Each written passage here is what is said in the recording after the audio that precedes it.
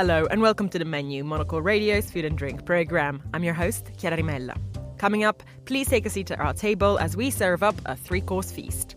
First, we delve into the nostalgic pull of that most old school of starters, the prawn cocktail. Maybe as in my house, it would be made traditionally with mayonnaise and ketchup for your Mario Rose sauce, and then a bit of shredded iceberg lettuce and some paprika on top. But in a different house, it might change a little bit.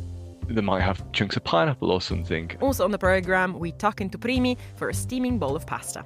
They're the poor person dish, poor man dish, right? You know, when you could pick something for free and then eat it. I mean, I think that's just the sign of times and the situations economically they were in. And now I think it's just become, like many things from the past. Plus, something sweet to finish with an Indonesian chef.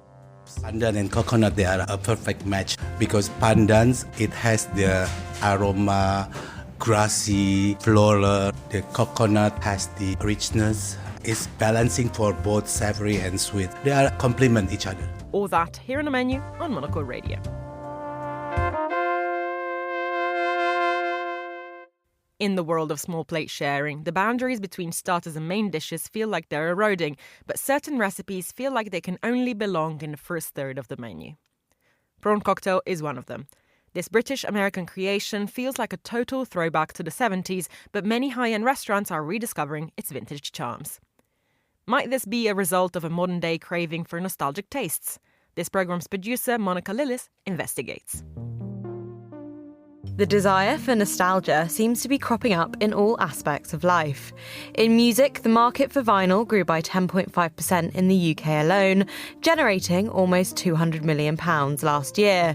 A similar picture can be painted for books, which saw a boost in sales in 2024, mainly driven by demand for science fiction and so-called romantasy novels. And even in the world of cuddly toys, the sector is predicting an 8.2% growth annually until 2030.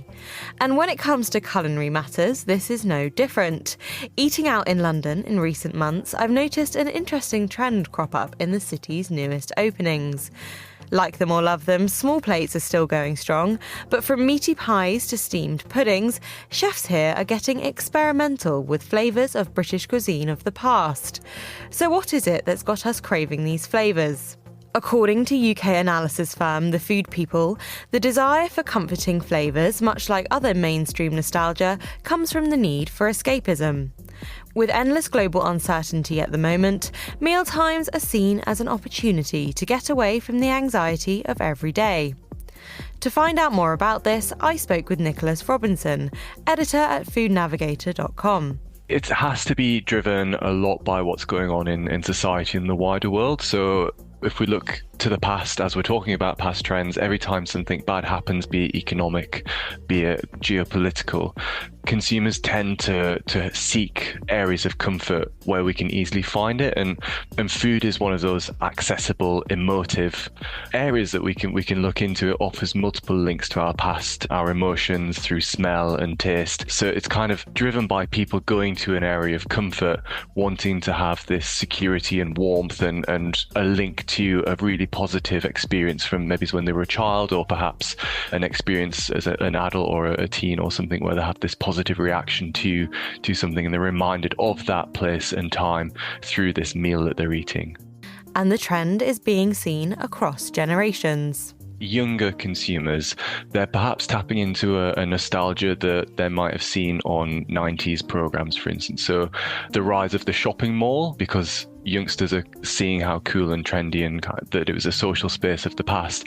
That sort of thing is driving it for younger consumers, I believe. But when we think about older consumers, so perhaps somebody my age, maybe my parents and older, they're looking for that link that takes them back to their childhood, because the world is so different now, even to what it was 10, 20 years ago, that it truly is nostalgic and something from the past to have a dish that is deemed classic or retro. And one dish that seems to be permanently back on the menu is the most old school of starters, the prawn cocktail. The seafood dish consists of shelled and cooked prawns, doused in a creamy Marie Rose sauce, and is often served in a crystal glass with crunchy iceberg lettuce. As the most popular hors d'oeuvre in the UK and the US between the 1960s and 80s, its presentation, let alone its taste, is undoubtedly something from a bygone era. but it's experiencing a revival on British tables. From high-end spots such as the Dover in London's Fitzrovia to gastropubs in the city's trendier neighbourhoods, chefs are serving up the dish in both classical and modern iterations. So what is it about this concoction in particular that we find so intriguing? Nicholas again. We grew up with prawn cocktails. They were our starters on a Christmas meal because they were deemed as fancy. I'm from a lower working class background, and that was kind of our fancy starter. I think in London, people, as well as harking back to these areas of comfort, looking for different trends, I think it's just a bit niche, isn't it? It's a bit fun and it's a bit almost dorky sometimes to kind of do this thing that was, people used to fry avocados back in the time when prawn cocktails became this haute cuisine kind of heightened classic food.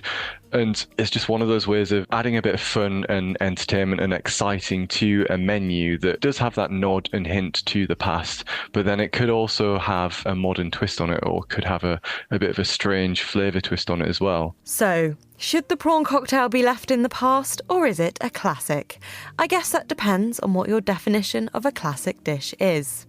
I think a classic might evolve slightly, whereas something that has nostalgic qualities would be made in exactly the same way, and that probably varies from household to household. So maybe as in my house, it would be made traditionally with mayonnaise and ketchup for your Mayo Rose sauce, and then a bit of shredded iceberg lettuce and some paprika on top. But in a different house, it might change a little bit.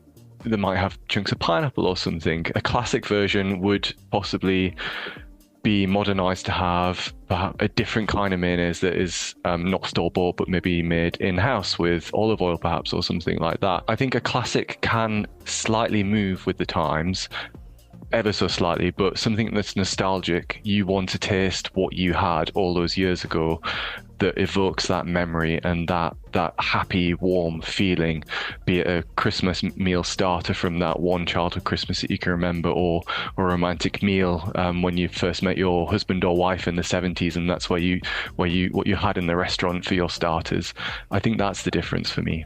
For Monocle in London, I'm Monica Lillis. Thank you, Monica. This is the menu.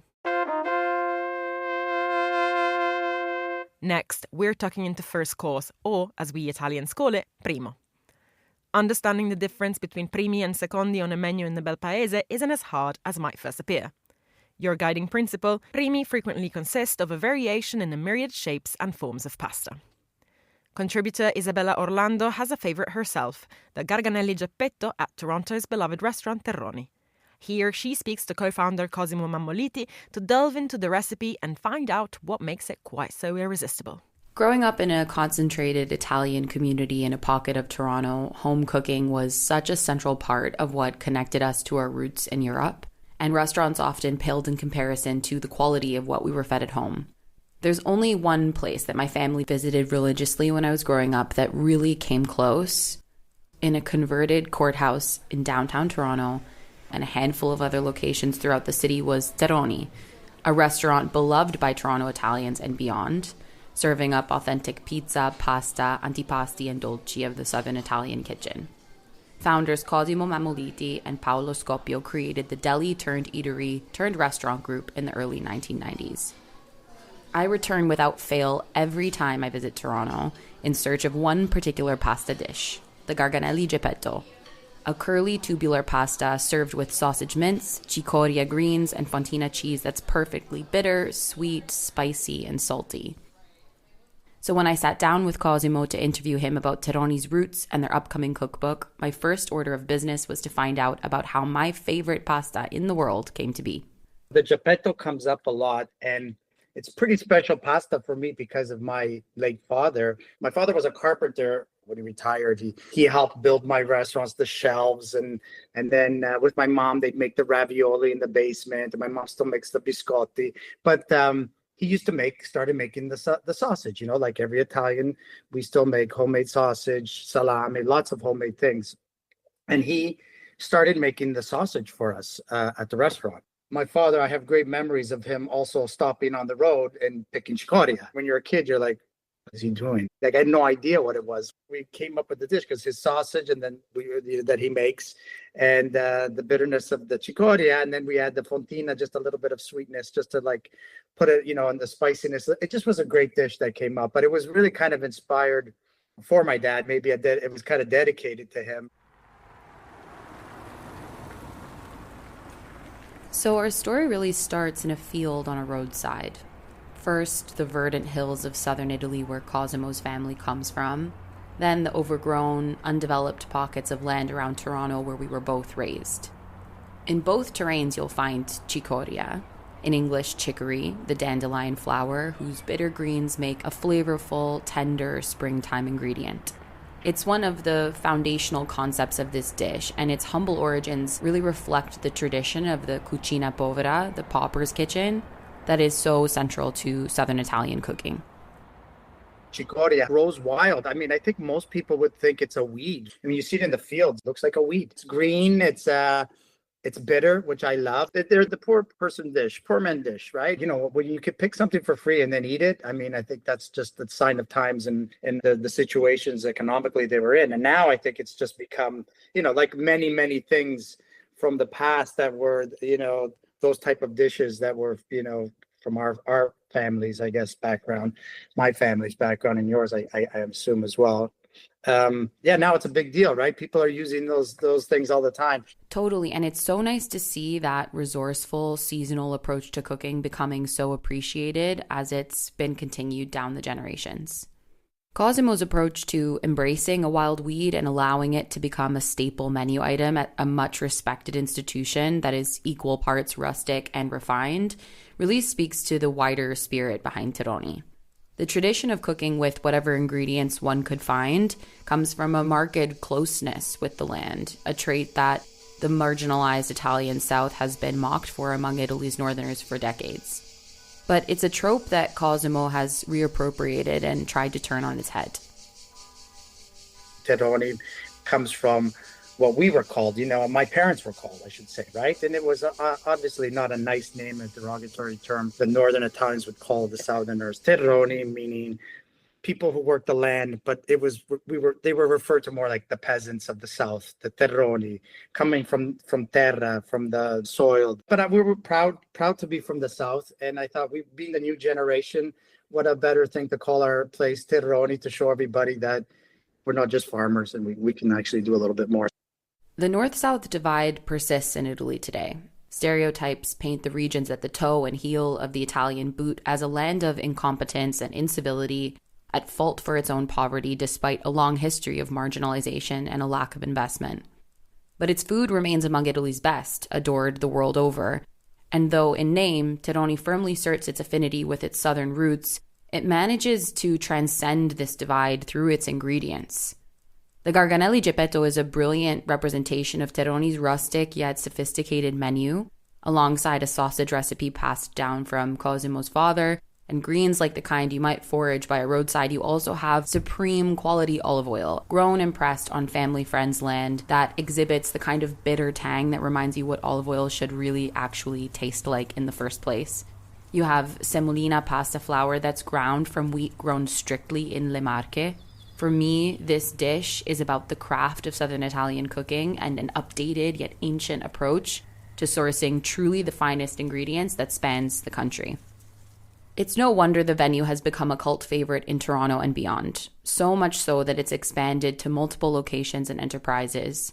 Its latest venture being a cookbook, La Cucina di Teroni, coming this autumn. Here's what to expect inside. It's all in. That book is all in. It was a process for sure, right? Like, I had never done anything like that. It showcases really all of the Teroni highlighted dish, like everything, right? From the garganelli, from our funghi, from how to make bread, panettone. We give the panettone recipe, which we're very proud of that one. Panzerotti, focaccia, lots of antipasti, lots of pastas. So we have our sausage recipe. My mom's biscotti recipes in there. The sugo della domenica, which I make every Sunday. I kind of went with the big hits. There we have it. The story of the Garganelli, and soon the secrets of the dish that you can try at home. This is Isabella Orlando for Monocle Radio. Thanks, Isabella. This is the menu. Now it's time for the week's top food and drink headlines. Here is Monocle's Francesca Gilks. Food delivery service Deliveroo has agreed a £2.9 billion takeover by its American rival, DoorDash. The merger put Deliveroo at less than half its value on the London Stock Exchange 4 years ago. Once merged, the two companies will cover the takeout needs of more than 40 countries. Bhutan has joined the ranks of wine-producing nations for the very first time, after embarking on its first commercial grape harvest last year. The first vintage from the Himalayan region fetched $74,250 at auction, after 21 lots went under the hammer in Thimphu, the nation's capital. And finally, Tropics Lab in Norfolk have found a way to modify the genome of bananas to keep them yellow for longer. Lab has managed to isolate the genetic material responsible for the browning of the fruits and alter it to create a new breed of non-browning bananas. The breakthrough has far-reaching implications for food waste, as currently 50% of bananas are thrown away. Those are the week's food and drink headlines. Now back to Chiara. Thanks, Francesca. You're listening to The Menu.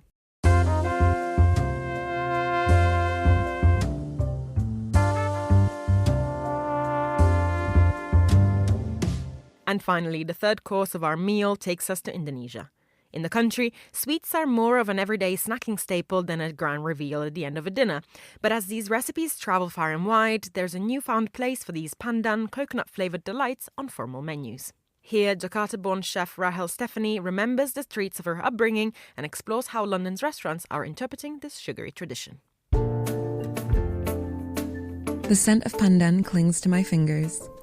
I press a sticky green clip-on between them, feeling the soft chew give way to a burst of warm palm sugar. It's sweet, rich, playful, just the right amount of bite. It's a taste I know deeply, yet here in London it exists differently. Indonesian sweets, or kue, don't have a fixed place in our cuisine. There's no grand dessert course at the end of a meal. Instead, they weave through the day. Bubur ketan hitam, or glutinous black rice porridge, in the morning. Martabak manis, or thick-filled sweet pancakes on a street corner at night.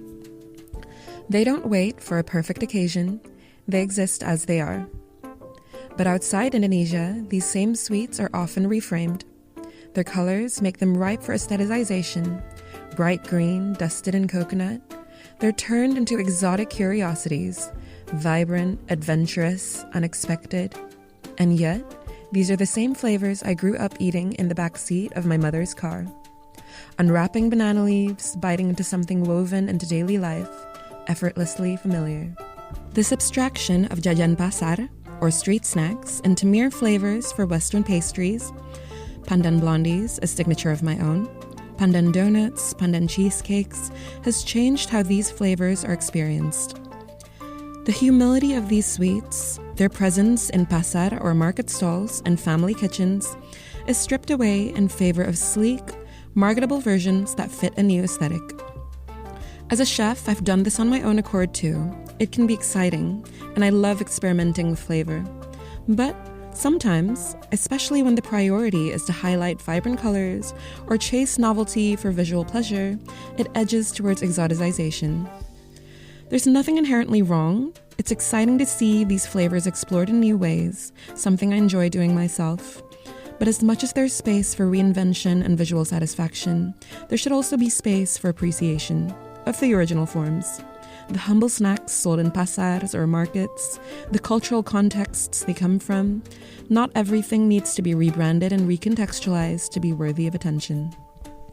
Toba is one of the few places in London where I can find proper Indonesian flavors. Their approach to Indonesian food is refreshingly straightforward. They mostly stick to traditional favorites, contextualized to a higher-end dining experience, though sometimes adapt to local ingredients, but the essence and context of each dish is preserved and communicated. Their approach to Indonesian food feels deeply rooted in nostalgia and traditional flavors, and their sweet offerings bring me back to the flavors I crave. I sit down with Pino, the chef-owner of Toba, over a plate of dessert to talk about Indonesian sweet treats, including his favorite and what makes pandan so iconic. The first Indonesian sweet or dessert that I remember, my mother gave me the traditional Batakni sweet called kue lapet. It's made from rice flour, desiccated coconut, palm sugar, pandan leaves. Pandan and coconut, they are a perfect match because pandan, it has the aroma, grassy, floral. The coconut has the richness. It's balancing for both savory and sweet. They are complement each other. Pandan is so trendy because I think it's unique flavor as well. And because pandan has a vibrant green color and then the versatility, it has been a staple in Southeast Asia cuisine for the centuries. Some people feel they need to modernize the traditional sweet. But on the other side, a lot of chefs, influencer and brands as well trying to incorporating like to make it like such a pandan latte, the pandan old fashioned as a cocktails at Toba because it's a authentic Indonesian restaurants, but I like to keep it like more like traditional than modernized. Since Indonesian sweets are rare here, I often find myself drawn to flavors that feel adjacent. Malaysian cuisine shares many overlaps with Indonesian food, whether through shared histories, migration, or regional proximity. What ties so many of these sweets together is the unmistakable pairing of pandan and coconut, the holy grail of dessert flavors, in my opinion. Earthy, floral, creamy, rich. It's a combination that instantly transports me home.